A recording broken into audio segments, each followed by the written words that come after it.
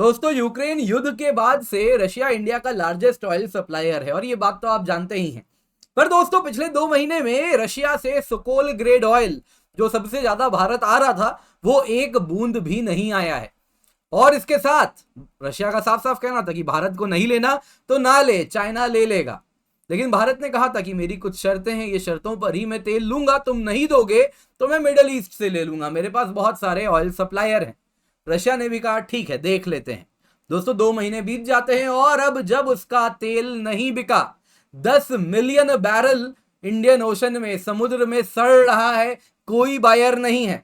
China पे भरोसा किया था, चाइना धोखा दे देता है। दोस्तों, उसके बाद क्या होता है, उसकी अकल ठिकाने आ जाती है। जी हाँ, अब इंडिया को उसने कहा है कि हमारा तेल ले लो, और इंडिया ने कहा ठीक है, तेल तो ले लेंगे, लेकिन हमारी शर्तें आज भी वही हैं। क्या है वो शर्तें, उस पर भी चर्चा करते हैं। और साथ साथ आप देख सकते हैं, न्यूज में आ चुका है कि इंडिया ने अब रशियन सुकोल ऑयल लेना शुरू कर दिया है। 2 महीने का पॉज था। अब दोस्तों, यहां पे आपको बताना चाहूंगा, जब इंडिया नहीं ले रहा था तेल तब पश्चिमी जो मीडिया है वो इस प्रकार का न्यूज चला रही थी कि देखिए, इंडिया इसलिए तेल नहीं ले रहा है क्योंकि पेमेंट इश्यूज हो रहा है। रशिया कह रहा है कि युआन में पेमेंट दो, इंडिया कह रहा है युआन में तो पेमेंट नहीं देंगे, प्राइमरीली रुपीज में देंगे, नहीं तो डिरहम में देंगे, लेकिन युआन में नहीं देंगे। अब वहां पे फिर भारत की तरफ से आता है, कहता है कि नहीं नहीं, देखिए प्राइसिंग को लेके इशू है, पेमेंट को लेके कोई दिक्कत नहीं है।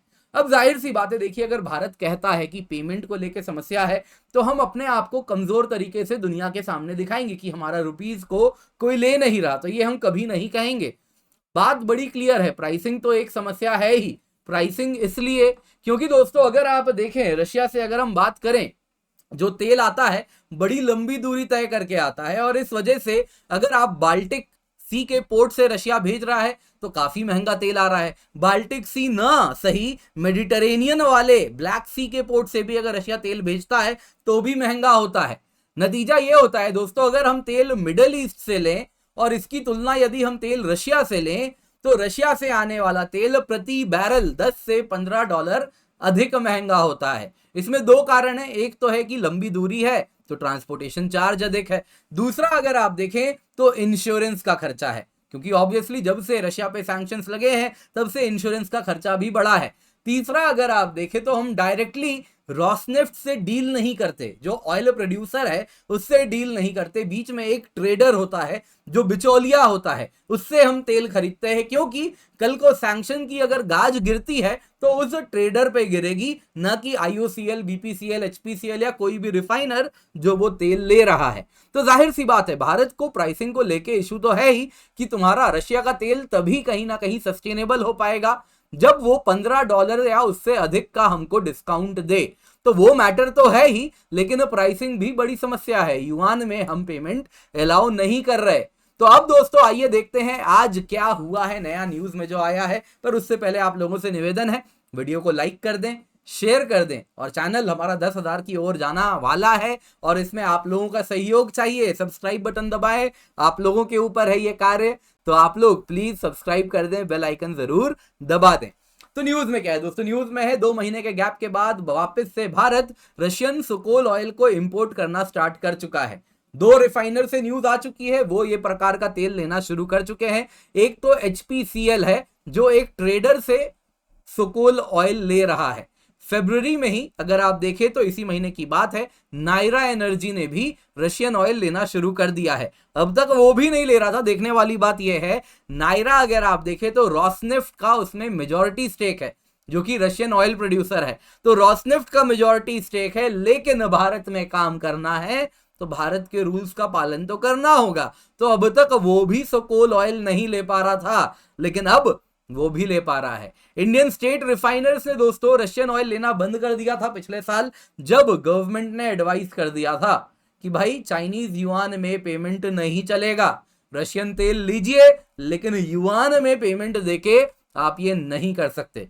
दोस्तों, 2 महीने तक, करीबन करीब आधा दिसंबर, पूरा जनवरी, थोड़ा फरवरी तेल नहीं आता है। नतीजा क्या होता है जानते हैं, 10 मिलियन बैरल सुकोल फ्लोटिंग है जो बिका ही नहीं। सी बॉर्न, समुद्र में टैंकर्स में पड़ा हुआ है, कोई खरीदार नहीं है। रशिया ने सोचा था कि चाइना खरीद लेगा, चाइना कहा था कि मैं तुमसे बहुत सारा सुकोल ऑयल लूंगा, चाइना ने खरीदना ज्यादा बढ़ाया भी, उसने ज्यादा तेल खरीदा भी, लेकिन इतना उसके पास भी कैपेसिटी नहीं है, क्योंकि उसकी इकोनॉमी भी इस वक्त कोई बूमिंग इकोनॉमी तो है नहीं। वो भी अगर आप देखें तो एक बड़ी समस्या के थ्रू गुजर रही है। नतीजन क्या होता है, 10 मिलियन बैरल समुद्र में इन टैंकर्स में पड़ा हुआ है। उसके बाद अगर आप देखें तो रशिया की अकल ठिकाने आती है और भारत के पास वो आता है, कहता है कि भाई आप तेल ले लीजिए। और हमारे पास जो ट्रेड सोर्सेज से डेटा आया, शिप ट्रैकिंग से डेटा आया, सभी ने कहा भारत 2 महीने तक दिसंबर में जनवरी में सुकोल ऑयल नहीं लिया। तो अब अगर आप देखें तो लेना जब शुरू किया है तो पहली बात आती है प्राइसिंग क्या है। देखिए प्राइसिंग कोई नहीं बताएगा, कारण क्या है, एक्चुअल प्राइसिंग बता देंगे तो सैंक्शंस का डर है कि क्योंकि $60 से कम में तो अब कोई तेल ले नहीं रहा, ये बात तो क्लियर है, दुनिया जानती है। तो $60 से अधिक में ही लिया है, तो इसमें जो ट्रेडर है वो फंस सकता है। अब ट्रेडर क्या करता है, जब तेल लगाता है तो वो $60 का कम का दिखाता है और उसमें दुनिया भर के सरप्लस एडिशनल चार्ज वगैरह लगा के दिखा देता है और प्राइसिंग पहुंचा देता है। तो इस प्रकार से अगर आप देखें तो प्राइस किसी को पता नहीं चलेगी, लेकिन एक बात तो वाजिब है, डिस्काउंट तो देना ही होगा, वरना Russian oil is not sustainable, it's not viable, वो फाइनेंशियली वायबल ही नहीं है ना, जिसको हम गुजरात में कहते हैं पुसाई नहीं पड़ना। तो वही बात है, पुसाई नहीं पड़ेगा अगर आप उसको बिना डिस्काउंट के रशिया से तेल लाएंगे तो। वैसे आपके यहाँ क्या कहते हैं, पुसाई ना पड़ना है ना, नॉट फाइनेंशियली वायबल को क्या कहते हैं वो शब्द, मुझे कमेंट में बताइएगा।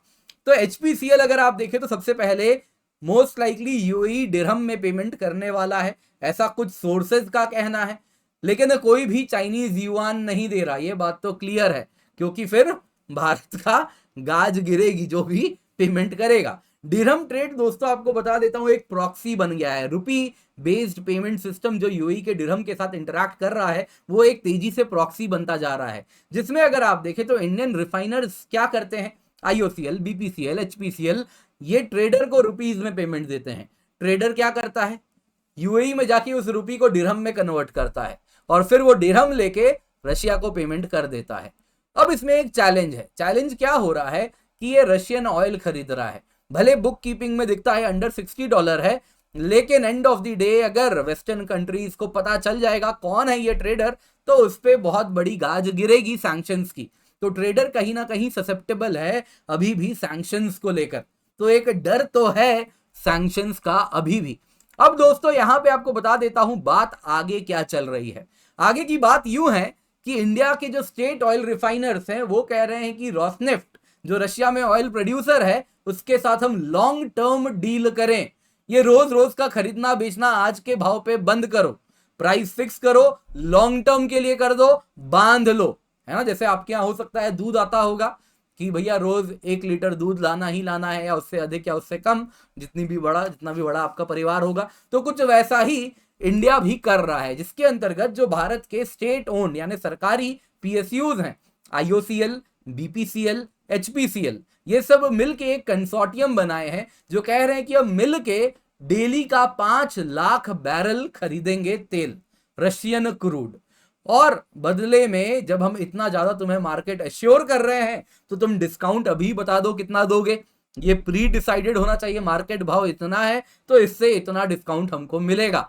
पेमेंट का माध्यम क्या होगा, भारत कह रहा है कि भाई रुपी बेस्ड पेमेंट होना चाहिए, मानते हैं हो सकता है आप 100% रुपीज में मत लीजिए, लेकिन कहा जा रहा है कि 1/4 रुपीज में लीजिए, बाकी थोड़ा डॉलर में और बाकी थोड़ा युआन में, और युआन में नहीं दिरहम में, इसमें ले लीजिए, युआन नहीं आना चाहिए, बस इतना ध्यान रखिए। तो कुछ इस प्रकार का मैकेनिज्म बनाया जा रहा है, इंडिया पुश कर रहा है कि रुपीज में पूरा ट्रेड हो, और आपका जो सरप्लस रुपीज होगा वो कैसे इस्तेमाल करना है वो भी इंडियन जो फाइनेंशियल सिस्टम है वो कुछ इसके लिए भी तरीका बनाएगा। पर इसमें भी चैलेंज वही है, क्या होगा अगर वेस्टर्न सैंक्शन लग गया जिस वजह से जो सप्लाई है उसमें डिले हो गया, यदि हम पेमेंट टाइम पे ना दे पाए तो उस वजह से हम इस डील में ऐसे कॉन्ट्रैक्ट में कुछ क्लॉजेस लगाना चाह रहे हैं कि यदि सैंक्शन की वजह से पेमेंट ना हो पाया टाइम पे तो हम पे पेनल्टी ना लग जाए, वैसे ही अगर तुम्हारे एंड से भी डिले हो गया ड्यू टू जो बीच का सप्लायर है उस पर सैंक्शंस लगे तो उस पर भी इस प्रकार का पेनल्टी ना लगे। तो इस प्रकार की बातें हो रही हैं जो कि ऑलरेडी चल रही हैं, कैसे फाइनेंसिंग होगी, कैसे पेमेंट होगा, ये सब बातें भी ऑलरेडी चल रही हैं। तो ये डील आगे तभी बढ़ पाएगा, अब तो चुनाव आने वाला है, तो मोस्ट लाइकली शायद आप सरकार बनने के बाद पहले कदम में यही देखेंगे, ये लॉन्ग टर्म डील फाइनलाइज होता हुआ कुछ देखेंगे। अभी स्पॉट प्राइस पे हम भले खरीद रहे हैं, लेकिन आने वाले दिनों में लॉन्ग टर्म डील में हमें जाना है। लेकिन दोस्तों यहाँ पे एक बात समझनी होगी, समस्या सिर्फ भारत की ओर से नहीं है, समस्या रशिया की ओर से भी है। रशिया बार बार इंडिया चाइना खेल खेलना चाह रहा है, तुम नहीं लोगे तो चाइना ले लेगा।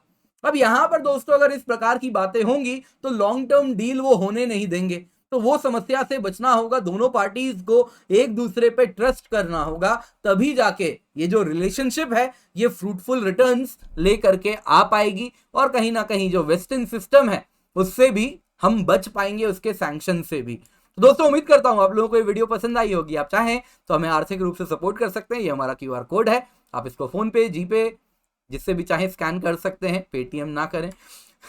इसके सिवा आप चाहें तो भारत संवाद को पेपैल के माध्यम से भी सपोर्ट कर सकते हैं। अगर आप विदेश में हैं तो डिस्क्रिप्शन बॉक्स में आपको लिंक मिल जाएगा, सपोर्ट हमें जरूर करें। इतना ही नहीं दोस्तों, आप इस वक्त हमारे लिए सबसे बड़ा सपोर्ट है आपके सब्सक्राइब बटन को दबाना, बेल आइकन को दबाना। मेक श्योर आप सब्सक्राइब कर रहे हैं, बेल आइकन दबा रहे हैं, और आपको एक वीडियो को दिख रही होगी, बड़ी इंटरेस्टिंग वीडियो है, इसको भी जरूर देखिएगा।